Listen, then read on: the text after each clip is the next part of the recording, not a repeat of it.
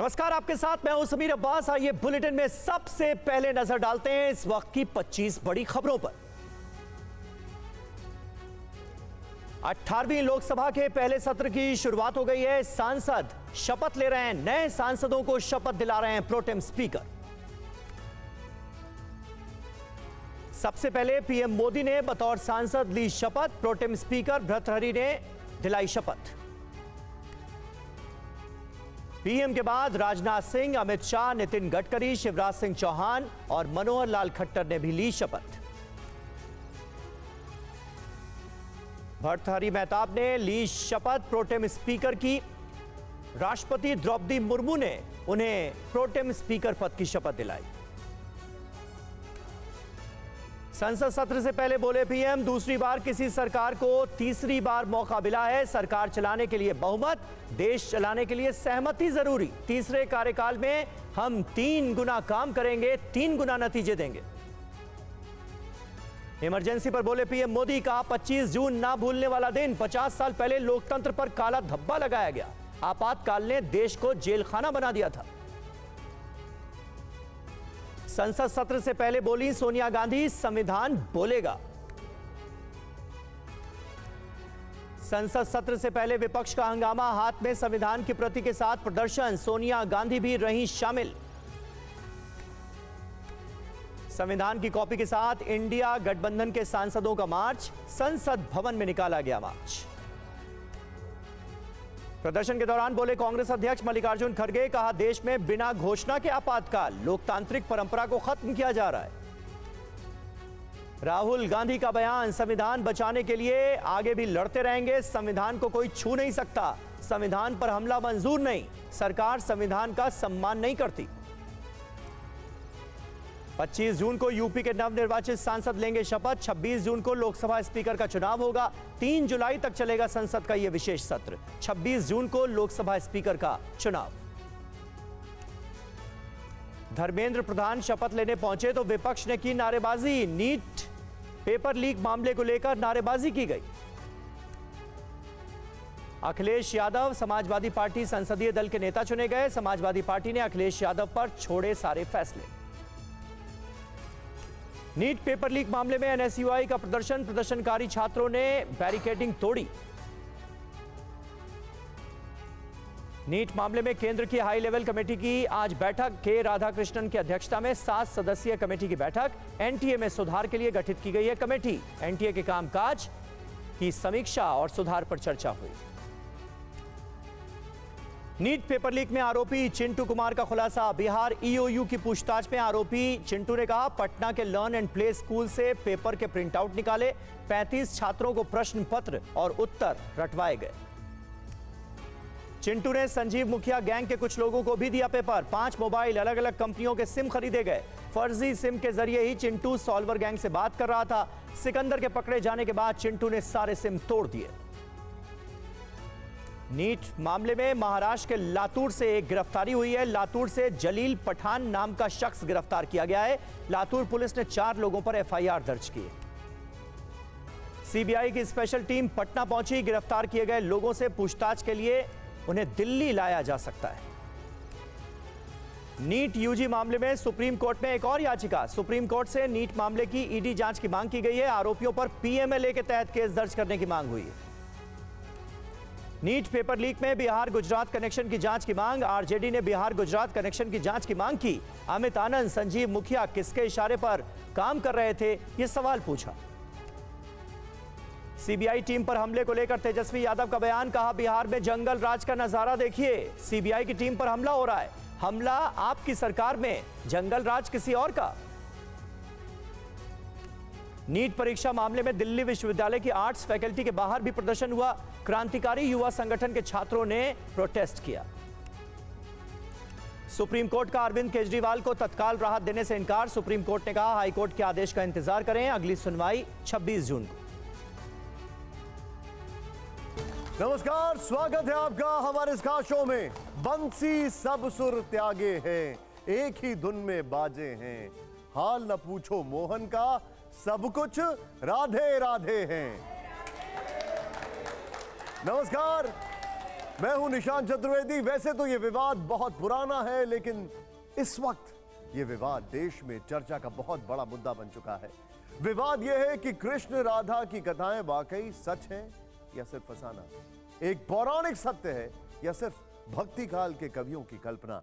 यह विवाद शुरू हुआ देश के दो बड़े संतों की बहस के बाद।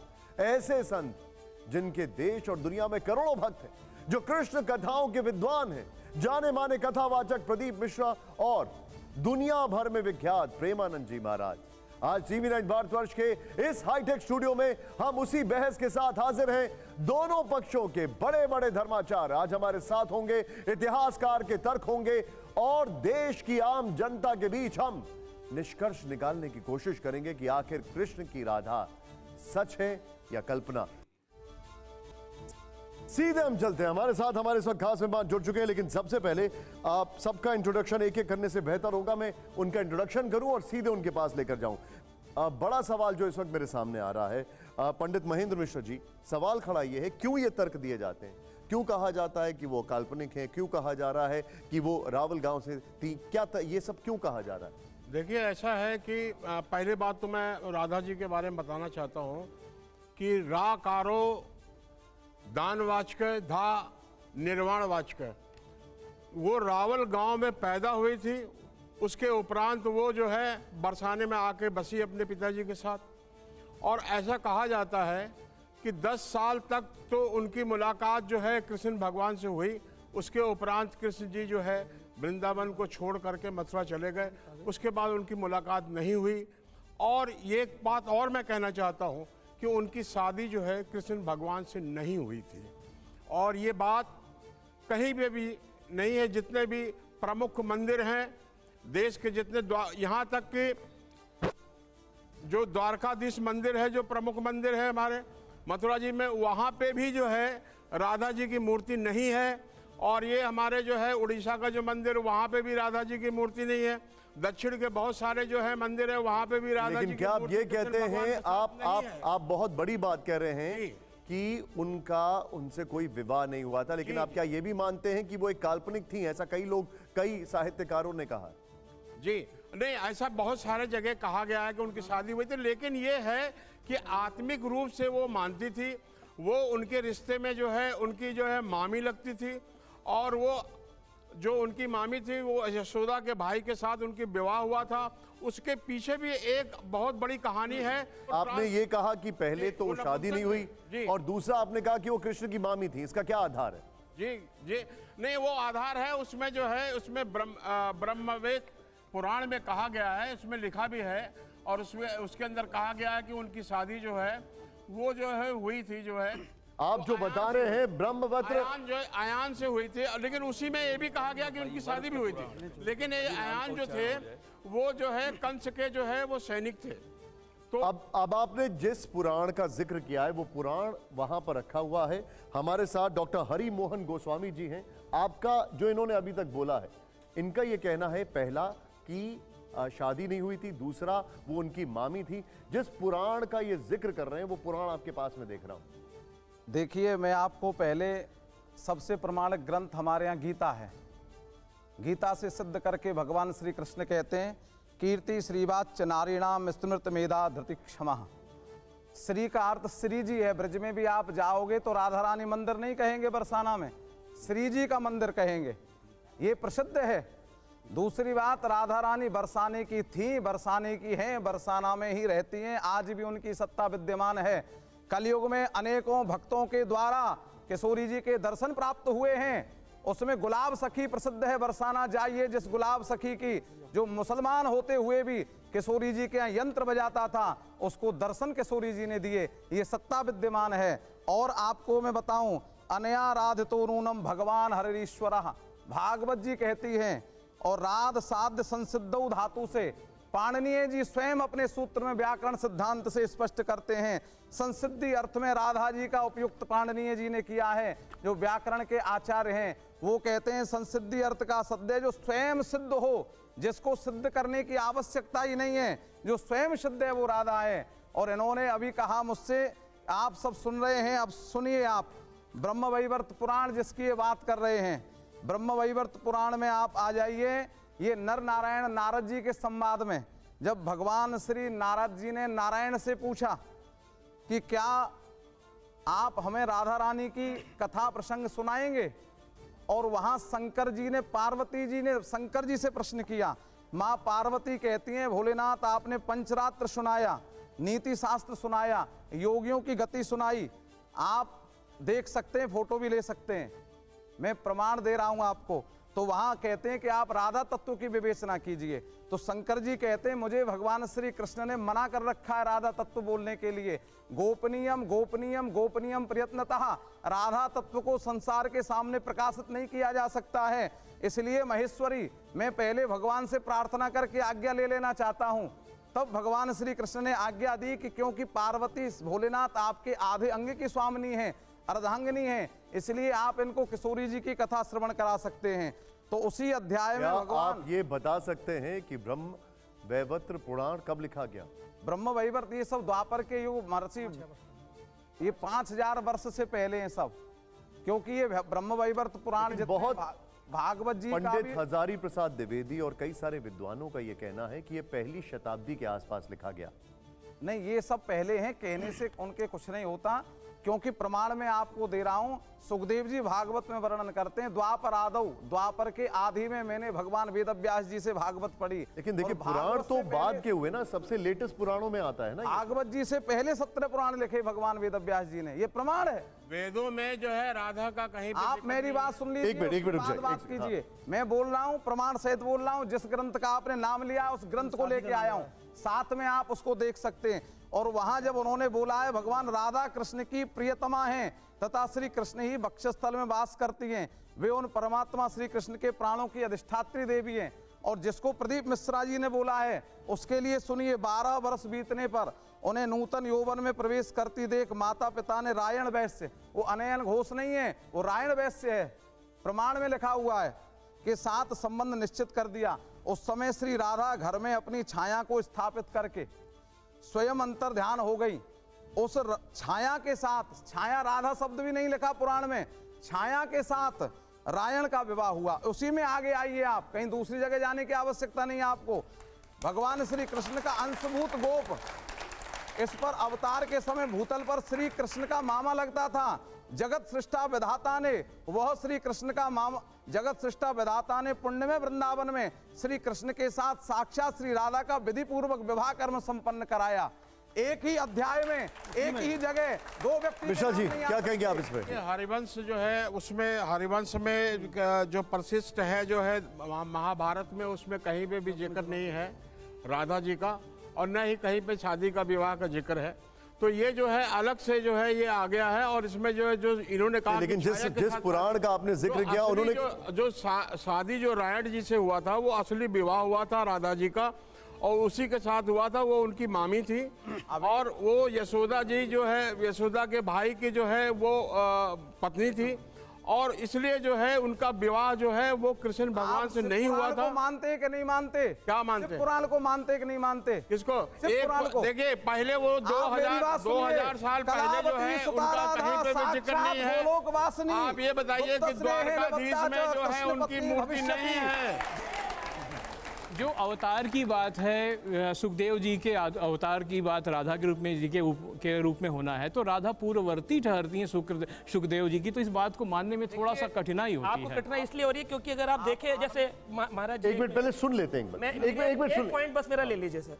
ये पॉइंट है कि गौड़ीय वैष्णविज्म का नाम प्रदीप जी ने भी अपने बोला कि मैंने गौड़ीय ग्रंथों को लिखा, सुना और पढ़ करके बोल रहा हूं। तो गौड़ीय शब्द कहां से आया? गौड़ीय शब्द का मतलब है श्री चैतन्य महाप्रभु। श्री चैतन्य महाप्रभु, आज हम इस्कॉन के माध्यम से चैतन्य महाप्रभु का प्रचार पूरे विश्व में कर रहे हैं, विश्वव्यापी स्तर पर कर रहे हैं। व्रजवासियों के उस राधा रानी कृष्ण के भाव को श्रीला प्रभुपाद पूरे विश्व में लेके गए। सबसे इंपॉर्टेंट बात यह है समझने वाली कि इसके अंदर चैतन्य महाप्रभु कौन है? बोले श्री राधा कृष्ण नहीं अन्य, श्री कृष्ण चैतन्य। राधा रानी के रंग को लेकर गौर रंग के चैतन्य महाप्रभु आए। यदि गौर न होते तबे की होते, केवल न जाना तके राधार शक्ति। राधा की शक्ति को कौन बताता? स्वयं राधा रानी ने कृष्ण के रूप में अवतरित होकर चैतन्य महाप्रभु के रूप में सबको बताया। और भांडेर वन आज भी वो विराजमान है जहां पर राधा रानी का विवाह श्री कृष्ण से हुआ।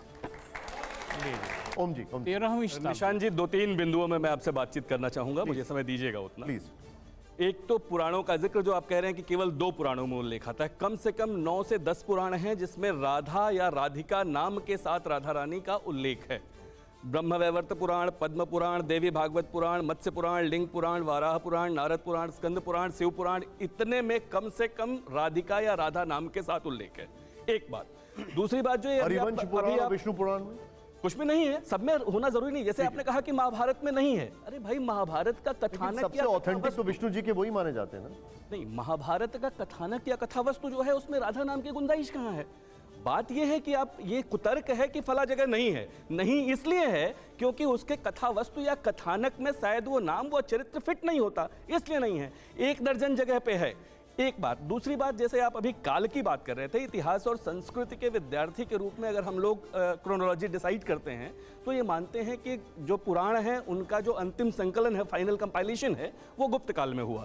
गुप्त काल यानी 4वीं-5वीं शताब्दी में हुआ। रचना काल उससे बहुत पहले का है, आके फाइनल कंपाइलेशन हो रहा है वहाँ, तो कम से कम वहाँ तक प्राचीनता जाती है। उसके बाद जाइए, इतिहास में एक सातवाहन वंश हुआ है। मैं आपके माध्यम से अपने दर्शकों को बताऊं कि उसमें एक हाल नाम का राजा हुआ।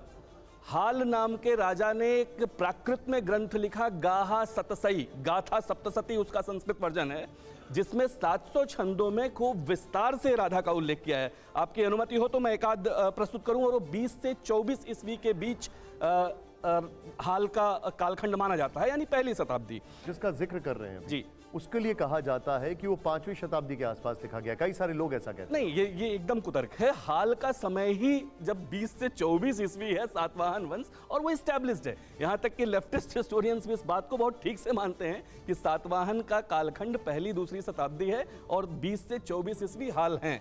तो ये तो कुतर्क है कि 5वीं शताब्दी में लिखा गया, एकदम बेकार की बात है। पूरा देश देख रहा है, पूरा विश्व देख रहा है।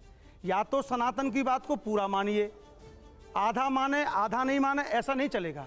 जब सौनकादिक ऋषि बैठ करके 18 पुराण सुना रहे हैं नैमिषारण्य में, उसको हम पढ़ रहे हैं, तो वो कौन सी शताब्दी है? वो तो महाराज आदिकाल की शताब्दी मुझे है। एक बात बताइए, ये अनावश्यक रूप से बहस कर रहे हैं। ये हिंदू धर्म की खूबसूरती है कि यहाँ पर केवल पूरी हमेशा दुनिया में प्रत्यक्ष रूप से स्थापित है। एक मिनट, अगर आप अपनी आवाज बुलंद कर लेंगे तो औरों को नहीं बैठा सकते ना। आप सुन लीजिए पहले, एक मिनट सुन लीजिए, एक मिनट, आप सभी को बोलने दीजिएगा। आप ओम जी बताइए। हाँ, मतलब देखिए तेरी मथुरा अपने राज्य। एक मिनट। हाँ, मैं स्पष्ट करना चाहूंगा इस विषय को। मैं आ रहा हूँ, अभी आ रहा हूँ। भाई ललित जी, एक तो इस तरह से कैटेगराइज करना, क्योंकि इस हिसाब से तो बहुत सारे ऐसे लोग मानते हैं कि पूरा अलग-अलग वैदिक तर्क वो आपके सामने साहित्य रखे है। नहीं, जा रहे आप हैं। जो साहित्य और इतिहास का कैटेगराइजेशन कर रहे हैं वो एकदम कम से कम उस कालखंड में जाके बिल्कुल। क्या आप गाहा सतसई को धार्मिक ग्रंथ मानते हैं? मैं गाहा सतसई को पूरा ऐतिहासिक ग्रंथ मानता हूँ। मैं ऐतिहासिक ग्रंथ मानता हूं जिसमें धर्म अध्यात्म अंतः गुम्फित हैं। अगर आप उसको धार्मिक ग्रंथ नहीं मानते हैं तो आप उसका रेफरेंस फिर कैसे ले सकते हैं? नहीं, मैं तो कह रहा हूं कि वो धार्मिक, ऐतिहासिक, साहित्यिक सभी चीजों को पूरित करने वाला ठीक है, बस ग्रंथ है। अब आपने अपना पॉइंट रख दिया। एक मिनट, एक और इंटरप्रिटेशन। कुछ विद्वानों का कहना है, ये काफी रिसर्च सामने आई, कि भागवत के एक श्लोक में आराधिका शब्द को राधा से जोड़ा गया। आराधिका जो है, अगर उसकी बात की जाए तो उसको विलक्षण से भी जोड़ा जाता है। जो सबसे विलक्षण थी वो क्या राधा है? जी, मैं आपके पास आ रहा हूँ, आपके पास वो श्लोक बता भी दीजिएगा। हाँ, जोड़ा नहीं गया है, अन्य आराधितो नूनम ये है ही है। रास 5 अध्याय भागवत के 10वें स्कंद के 90 अध्यायों में 5 रास अध्याय भगवान का मुखारविंद है। अगर रास 5 अध्याय को हटा दो तो प्राण ही निकल जाएगा श्रीमद् भागवत का, और उस प्राण को निकालकर दुनिया रास में फिर किसकी चर्चा हो रही है? पूरा वर्ल्ड जानता है, एक मेटीरियल व्यक्ति, भौतिक ज्ञानी भी जानता है, कृष्ण भगवान ने किसके साथ रास किया था? राधा रानी के साथ। राधा को निकालकर कहते हैं कि रास हुआ नहीं, भागवत में नहीं, तो ये कैसी चर्चा हो रही है? जो आराधिका शब्द का इस्तेमाल हुआ है उसका अर्थ क्या है? अनयाराध शब्द नहीं है, शब्द को सुनो, व्याकरण शुद्ध है। मैंने आपको सबसे पहले पाणिनीय व्याकरण का उदाहरण दिया। पाणिनीय व्याकरण का राध साध संसिद्ध धातु से पाणिनीय व्याकरण में, पाणिनीय को मानते हो कि नहीं मानते? पहले बताओ। पाणिनीय जिन्होंने संस्कृत का व्याकरण निर्माण किया उनको मानते हो कि नहीं मानते? जब पाणिनीय जैसे आचार्य ने ये वर्णन किया है कि राधा स्वयं सिद्ध है, उसको सिद्ध कोई कर नहीं सकता इस पृथ्वी पर, तो क्या ब्रह्मांड पर राधा को सिद्ध करने वाला कोई नहीं है? देखिए, मैं पहले ये बता चुका हूँ कि रा कारो दानवाचक, धा निर्वाणवाचक।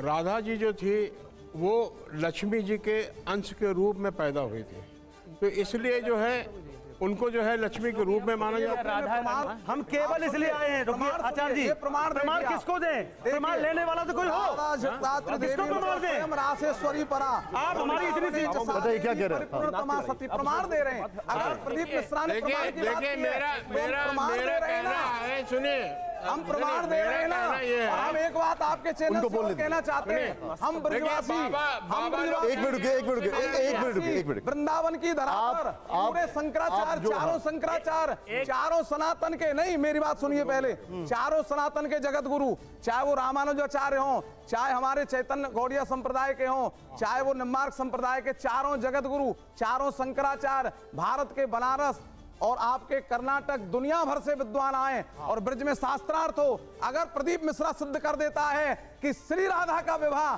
जो साक्षात गोलोक वासिनी है, कृष्ण के अलावा किसी के साथ हुआ है, तो हम चरणों में पढ़ करके साष्टांग प्रणाम करेंगे। तो प्रदीप मिश्रा को किसी ब्रजवासी से नहीं, राधा रानी की चौखट पे आकर के नाक रगड़ के माफी मांगनी पड़ेगी, अन्यथा उसका विनाश। तो ये प्रमाण कह रहा है, तयोर भेद करिष्यन्ति ये च विन्दन्ति राधिकाम कुंभी पाकेन पच्यन्ते यावद वै ब्राह्मणो वया। जितने दिन ब्रह्मा की आयु है, जो राधा कृष्ण में भेद समझता है, उतने दिन तक कुंभी पाक नरक में यातनाएं भोगता है। हम तो उसके पाप को कम कर रहे हैं, उसके पाप को इसलिए कम कर रहे हैं कि वो आकर के राधा रानी की चौखट पे अगर नाक रगड़ लेता है, तो मेरी राधा रानी इतनी करुणामयी है कि वो उसको क्षमा कर देंगी। और ब्रजवासी तो राधा के लिए जीते हैं और राधा के लिए प्राण त्यागने को भी तैयार है। मुन्ने मत भिन्ने, उनका जो है प्रदीप जी का क्या था कहना, की बात कर रहे हैं हम, मत नहीं कर रहे। आपने जो कहा उसका सम्मान है, आपने जो कहा उसका सम्मान है। एक बार जरा उनका तर्क सुनिए। हमारा इतना सा निवेदन है, 2000 वर्ष पहले, मैडम 2000 वर्ष पहले ही राधा जी का जिक्र हुआ। हम पहली बार आचार्य निम्बार्क जी, उसके सुनिए, अलावा हम किसी चर्चा पर राजी नहीं है। पहली बार प्रदीप मिश्रा पर चर्चा होगी, प्रदीप मिश्रा गलत है कि नहीं? बोलो। प्रदीप मिश्रा पर चर्चा होगी। मैं प्रदीप अगर मिश्रा जी शास्त्रार्थ करना है तो ब्रज में आइए। नहीं, प्रदीप मिश्रा जी को नहीं जानता। शास्त्रार्थ 1 घंटे में नहीं होगा। आप अपना पॉइंट रखिए। हाँ। मध्यकाल में पहली बार आप हमारे शास्त्रों को झूठा बता रहे हैं। आपकी बात ऑनर जा रही है, बोलिए। हाँ, ये निवेदन करने का है कि प्रदीप मिश्रा ने ये कहा, मूल बात पे हमको लड़ना चाहिए। बिल्कुल, उन्होंने कहा कि राधा का विवाह उनके साथ हुआ और भगवान कृष्ण के साथ नहीं हुआ। प्रदीप मिश्रा कहना क्या चाहता है कि भगवान श्री कृष्ण किसी और की पत्नी को लेके खड़े हैं? ये छोटा विषय नहीं है, ये किसी विदेशी ताकत की इसमें षड्यंत्र है।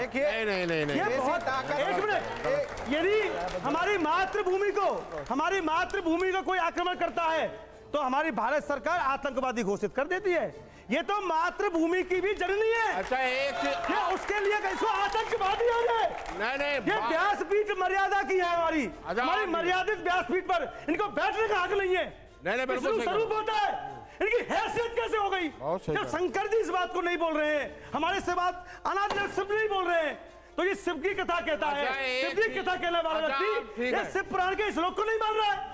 हमारे जितने भी मंदिर हैं, क्या अभी मोदी जी ने विश्व में राधा कृष्ण का मंदिर बनवाया, क्या वो गलत है? क्या मथुरा में राधा कृष्ण का मंदिर है वो गलत है?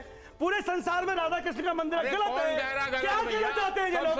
ये अलग बहस कर रहे हैं। अगर शास्त्रार्थ करना है, ब्रज में आइए, आपका सम्मान है। सभी हमारे पूज्य शंकराचार्य भगवान आएंगे, पूज्य आचार्य आएंगे, किसकी हैसियत है? एक बात बताओ आप, राधा जी का विवाह जो हुआ था उसमें एक तिथि होगी, वो कब तिथि थी, कहीं पे लिखा है क्या? हम इनसे एक बात पूछना, एक मिनट, एक बात पूछिए। ये जगत पिता ब्रह्मा को भी झुटला रहे हैं। एक मिनट पांडे जी, जगत पिता पांडे जी, एक मिनट पांडे जी, करके संहिता को भी झुटला रहे हैं। पहले एक मिनट, आप जवाब दे दीजिए। हाँ, अरे ब्रह्मा जी ने विवाह कराया है, पांडे जी, कराया है। पांडे जी, हम ब्रजवासियों को संग कराया है।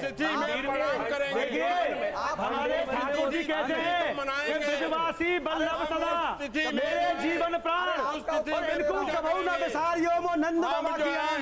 इन्होंने जो सवाल पूछा है, एक मिनट, इन्होंने जो सवाल पूछा है उसका जवाब हम दे तो रहे हैं। सुन लीजिए, पहले सुन लीजिए, मांग लेंगे वो जवाब। आपका उत्तर सुनिए। हाँ बताइए, हाँ, उत्तर बताइए। श्री कृष्ण पट्ट रागिज्ञा गोलोक राधिका भिया। जब ठाकुर जी का नामकरण संस्कार हुआ था, कोई मुझे यहाँ बता सकता है पूरे ग्रंथ 18 पुराण पढ़ करके नामकरण संस्कार प्रत्यक्ष हुआ था कि छुपकर हुआ था? भगवान के कितने संस्कार छुपकर हुए?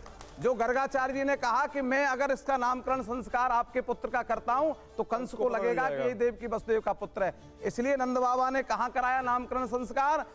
गौशाला में छुप करके गोपनीय रूप से। और जब कराया तो राधा रानी की कुंडली दिखाई। आप पढ़िए, वृषभान जी ने गर्गाचार्य जी से निवेदन किया कि मेरी पुत्री के लिए सुयोग्य वर कौन है, आपसे बड़ा ज्योतिषी संसार में दूसरा नहीं। सुन लीजिए पहले पूरी बात, प्रसंग पूरा सुनते हैं तब पूरा होता है, एक बात से नहीं होता।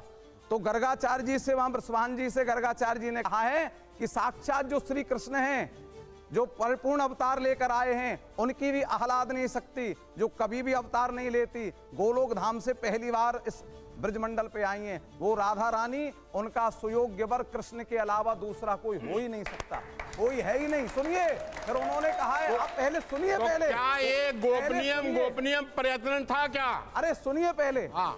फिर उन्होंने कहा कि आप ही आचार्य बनेंगे, आपसे योग्य कोई नहीं। गर्गाचार्य जी ने कहा मेरी सामर्थ्य नहीं कि मैं राधा कृष्ण का विवाह करा सकूं। तो फिर कौन कराएगा पृथ्वी पर? और पृथ्वी का कोई व्यक्ति राधा कृष्ण का विवाह कराने की सामर्थ्य नहीं रखता, तो फिर कौन कराएगा? बोलो स्वयं ब्रह्मा जी कराएंगे, स्वयं ब्रह्मा जी आकर के कराएंगे। और ब्रह्मा जी ने विवाह कराया। प्रमाण देखिए आप, श्लोक सुनिए। तदाम वरो देव वरो विधि प्रभु समागतस्तस्य परस्य सम्मुखे नत्वा तदम्बरी सतरीग्राभी कृतांजलिश्चारु चतुर्मुखो जगो। चारों मुखों से ब्रह्मा जी ने सिंहासन पर स्वर्णमय जटित पर राधा कृष्ण बैठे हैं और उनको प्रणाम किया है। और क्या कहा है इसको सुनिए। यदा युवाम प्रीत युतौ चंद्र पीतांबरात वन रूप रूपितौ तथापि लोक व्यवहार संग्रह द्विविधम विवाहस्य तुकास्य माराभ्यहम। ब्रह्मा जी कहते हैं प्रभु आपके विवाह की आवश्यकता नहीं है, लेकिन ब्रह्मा जी उस समय से जानते थे कलयुग में एक प्रदीप मिश्रा नाम का व्यक्ति होगा जो राधा जी के चरित्र पर आक्षेप करेगा। इसीलिए ब्रह्मा जी कहते हैं तथापि लोक व्यवहार संग्रहाद, फिर भी लोक व्यवहार के लिए प्रभु मैं आपका विवाह कराता हूं, क्योंकि आप अलग नहीं है। विवाह उसका होता है जो अलग होते हैं। राधा कृष्ण एक हैं, एक व्यक्ति का विवाह नहीं होता, परंतु आप भेद से जन्म लेकर आए, इसलिए व्यवहार लोक के लिए मैं आपका विवाह कराता हूं। तब ब्रह्मा जी ने वहां उठ करके तदा से उत्ताय विदुरहुतासनम प्रज्वाल्य कुंडे स्थितियोस्तयोपुरा श्रुते करग्राह विधिम विधानतो विधाय धाता संवस्थितो भवत। विधाता ने स्वयं फेरे लगवाए हैं। एक मिनट, स्वयं विधाता आपने यहाँ पर उन्होंने जो सवाल पूछा उसका जवाब दिया, प्रमाणों के साथ दिया।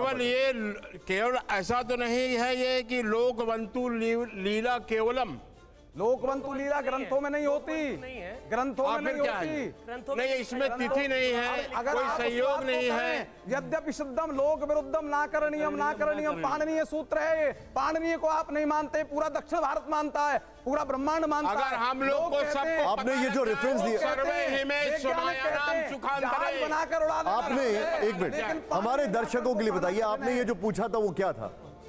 हमने ये पूछा था किस तिथि में। नहीं, अभी जो आपने जो आप ब्रज में आइए, एक मिनट रुकिए, एक मिनट। मैंने ये पूछा था लोकवंतु मतलब देश के दुनिया के लिए केवल लीला नहीं।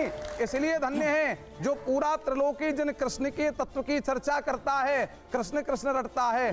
जब द्वारका में कृष्ण सोते हैं तो उनके शरीर के रोम रोम से राधा राधा शब्द आता है। अच्छा, एक चीज बताइए, आपकी द्वारकाधीश जो है मथुरा का सबसे बड़ा मंदिर है, उसमें राधा जी की मूर्ति क्यों नहीं स्थापित? द्वारकाधीश राजा दरबार में राधा रानी थोड़ी रहेंगी, भगवान कृष्ण के दो स्वरूप हैं। दरबार में राधा रानी थोड़ी रहेंगी। और दूसरे उड़ीसा में जो मंदिर है वहाँ क्यों नहीं स्थापित? दरबार में राधा रानी आपके प्रश्न का उल्टा प्रश्न कर रहे हैं। अच्छा, दूसरी आपने अब तक आपने इतने श्रीमान जी आपने इतने प्रश्न किए हैं, अब आपसे दो प्रश्न हमारे हैं जी।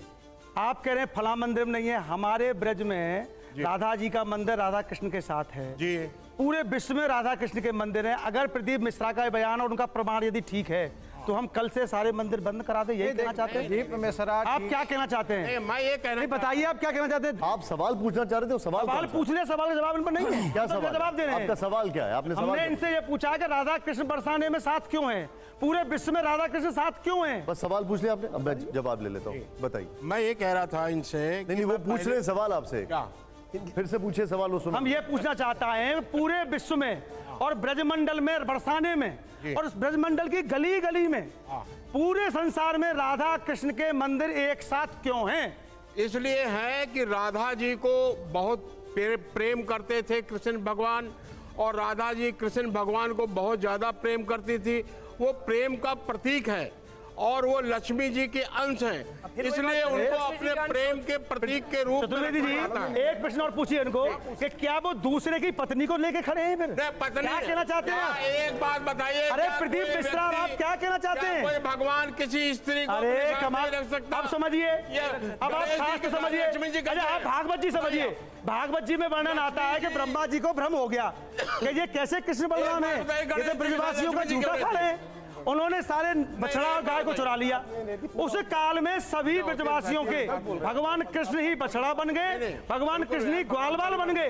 ये भागवत जी का प्रसंग है।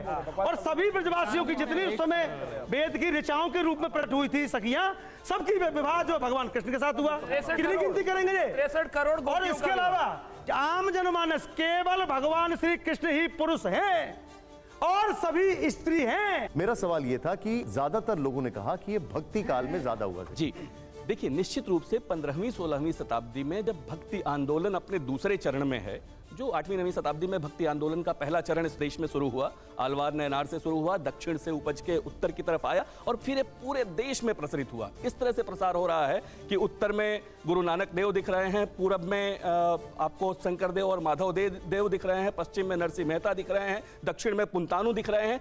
एक एक प्रांत में ढेर सारे भक्ति संत दिख रहे हैं। और उस समय भगवान श्री कृष्ण राधा माधव की लीलाओं का जिस तरह से चित्रण हो रहा है, जिस तरह से उसका प्रतिबिंबन हो रहा है, वो बहुत अद्भुत है। ठीक है। इसलिए वो एक एक मनुष्य तक पहुंच रहा है। अब मेरे पास समय थोड़ा कम है, मैं ललित जी के पास आऊंगा, फिर पांडे जी से क्लास टेक। ललित जी एक मिनट, मिश्रा जी वही सवाल जो मैंने पूछा अभी, महाभारत में जिक्र नहीं हुआ।